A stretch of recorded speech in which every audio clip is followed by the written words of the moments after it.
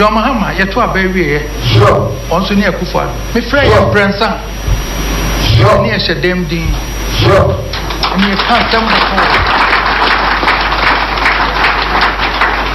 You're too baby. Me friend, Yasa, a brother, dear Bexu, Kuada me a twaba. Many more try them and I don't know what treat to echo ball. No, was until here and this in me. Sure. Was until here MPP. Sure. Many in Ayaka, Samba Hanabaka. Sure.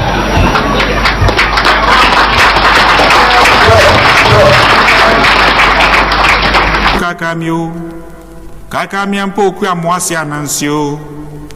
Odom sesre kusi anansimu nonfwe. Anansimu nonfwe. Anansio. Okuya anansimu nonfwe anansio.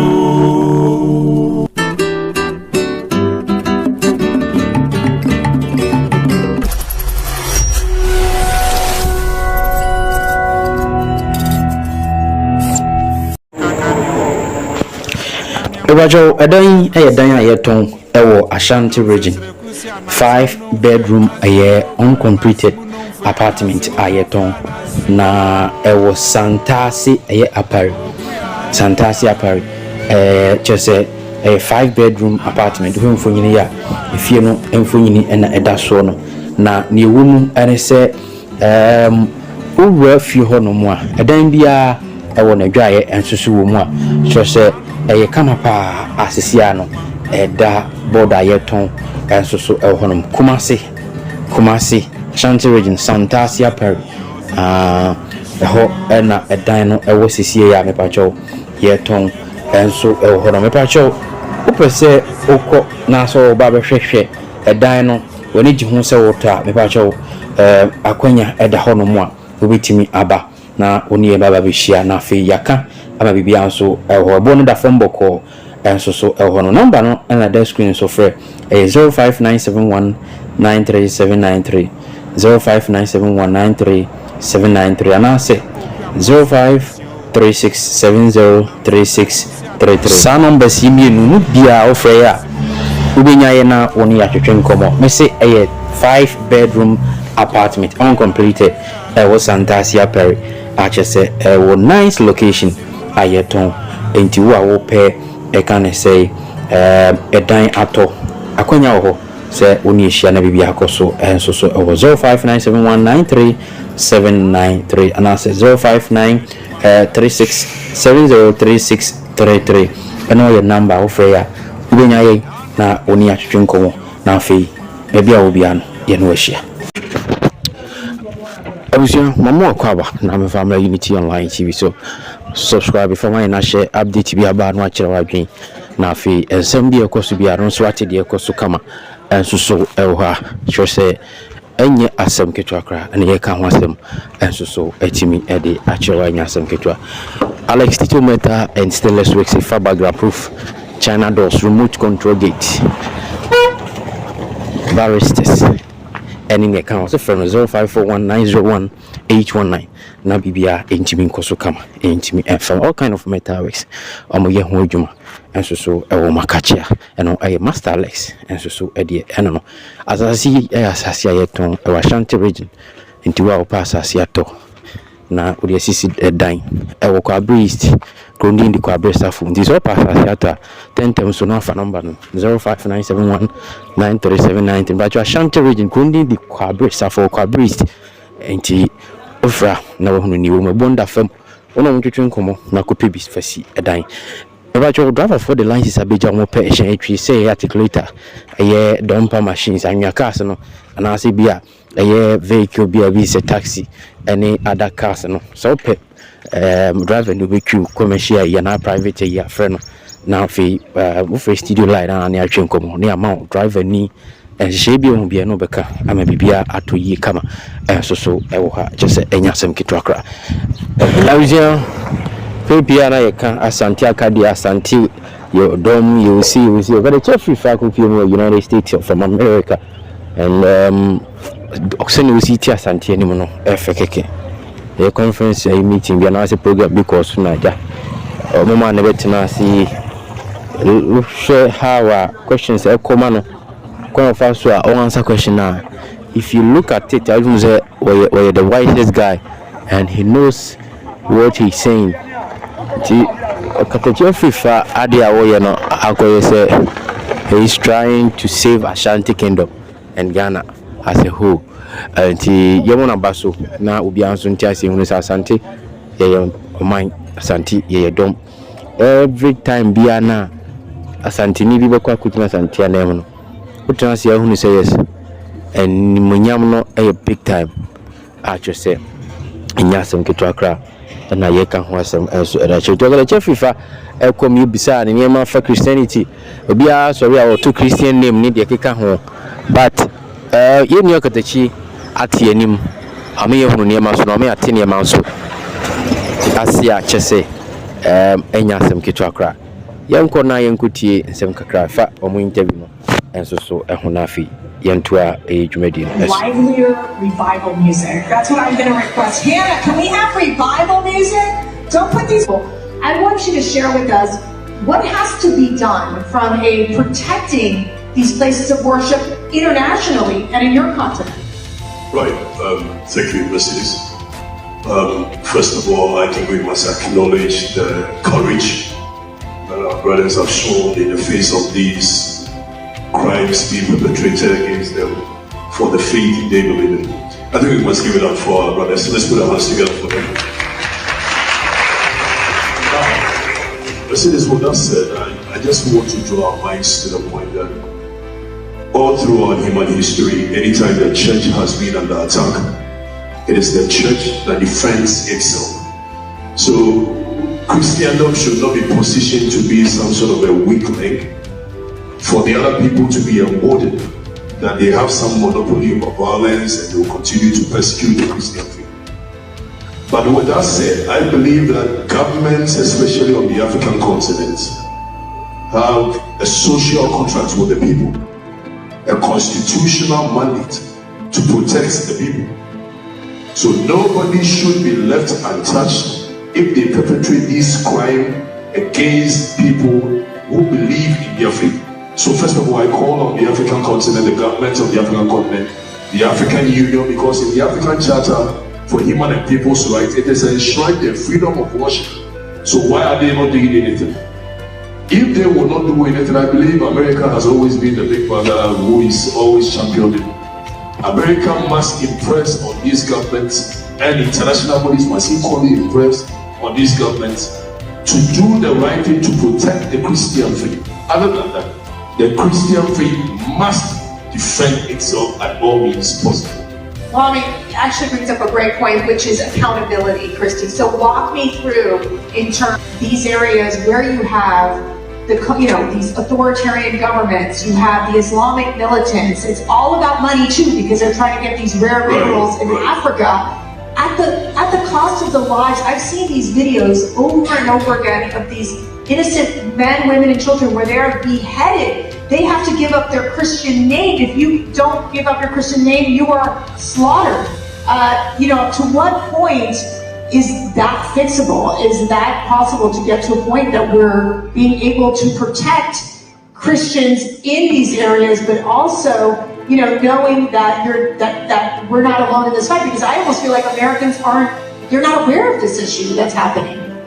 Right, so you made a point to the effect that authoritarian leadership and jihadists and all these people perpetrating crime. What we've not averted our minds to is that the persecution of the church is equally an existential threat to even democracy. Because wherever the church has been weakened, democracy does not thrive. Right. So I believe that all government that believes in democracy must come to the defense of the Christian faith.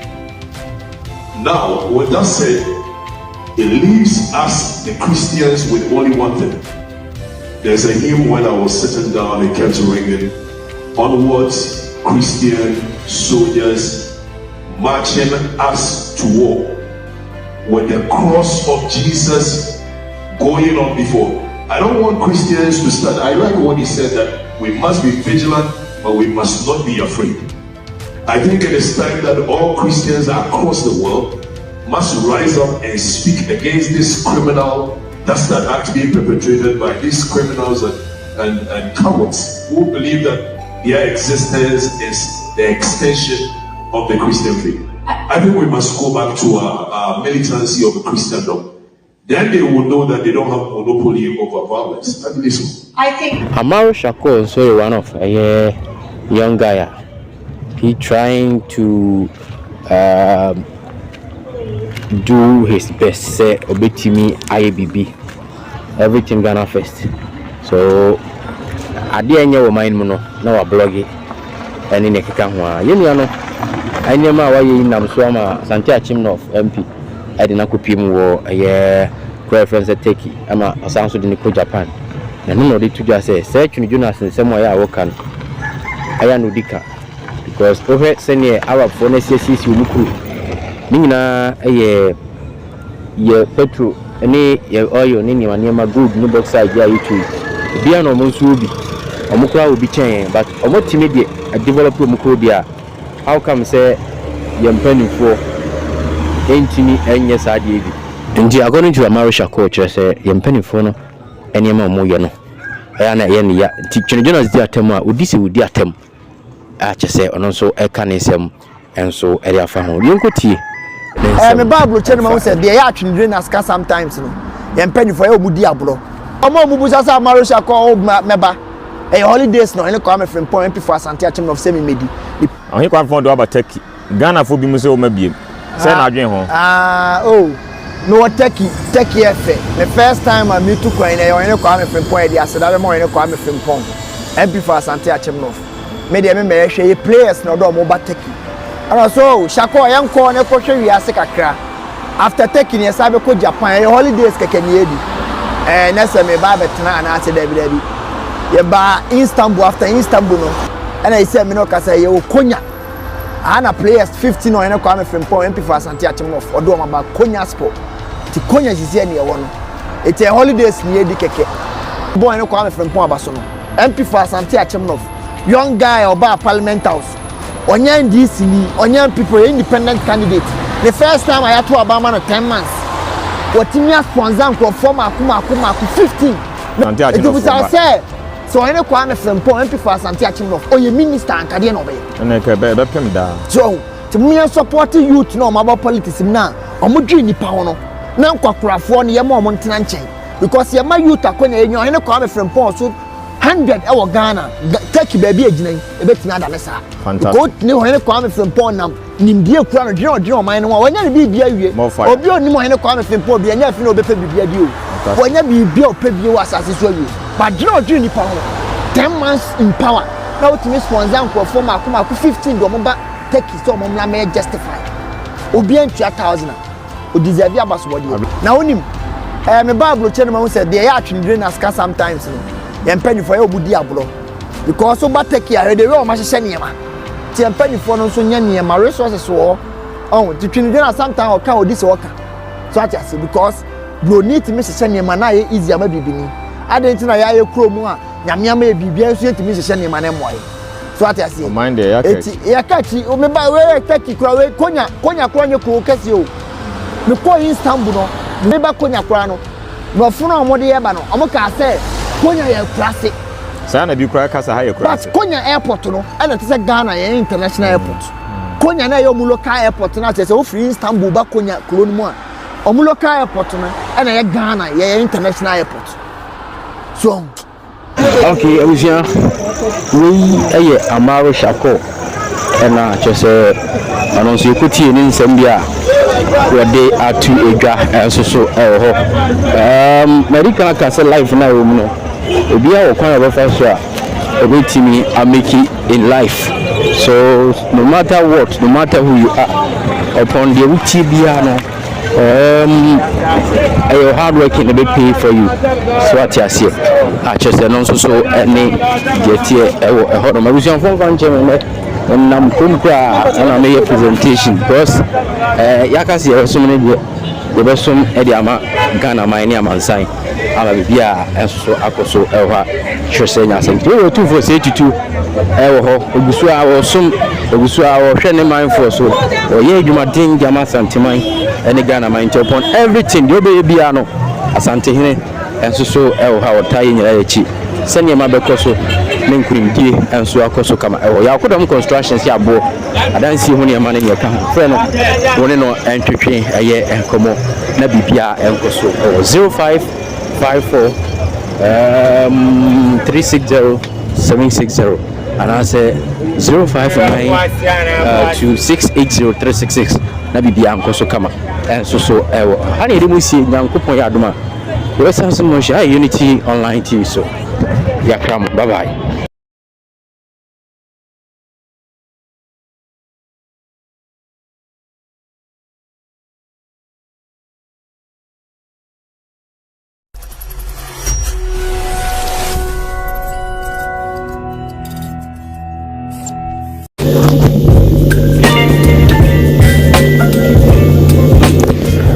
Oman mu sɛ ɛba sɛ yɛnsi dan na yɛmfa nadeɛ ɛmfa nyɛ adwuma ɛyɛ company baako pɛ na mekamfo de ama wɔ noane Alex Tito Company Limited sɛ wasi wo dan awie paa abrosan na wasi sɛ yɛdantia ɛna apɛ sɛ wɔhyehyɛ burglar proof woyɛ root control gate ɛreto fie ano sɛ na ɛbɛyɛ a wobia ne hɔ nanu a wonya so a na bie de ama wɔ sɛ woyɛ dɔ more than one woyɛ kyɛ sɛ container woyɛ stainless ɛde ɛto fie na fie no yɛ hyɛnhyɛnhyɛnhyɛn boga wopɛ sɛ woyɛ adeɛ a abusua ɛbɛhunu sɛ a ne bɛyɛ bɛbra anaasɛ yɛ nyɛ bɛbra a ɛyɛ Alex Tito Company Limited ɛna wɔ sɛ ɔno mdi dwuma fie no sɛ yɛ hotel sɛ ɛyɛ dan bɛɛ na wosie na wopɛ sɛ woyɛ no nadeɛ stainless burglar proof de hyehyɛ mpoma no mu woyɛ modern door woyɛ China doors woyɛ no nyinaa bi ɛyɛ sɛ China doors no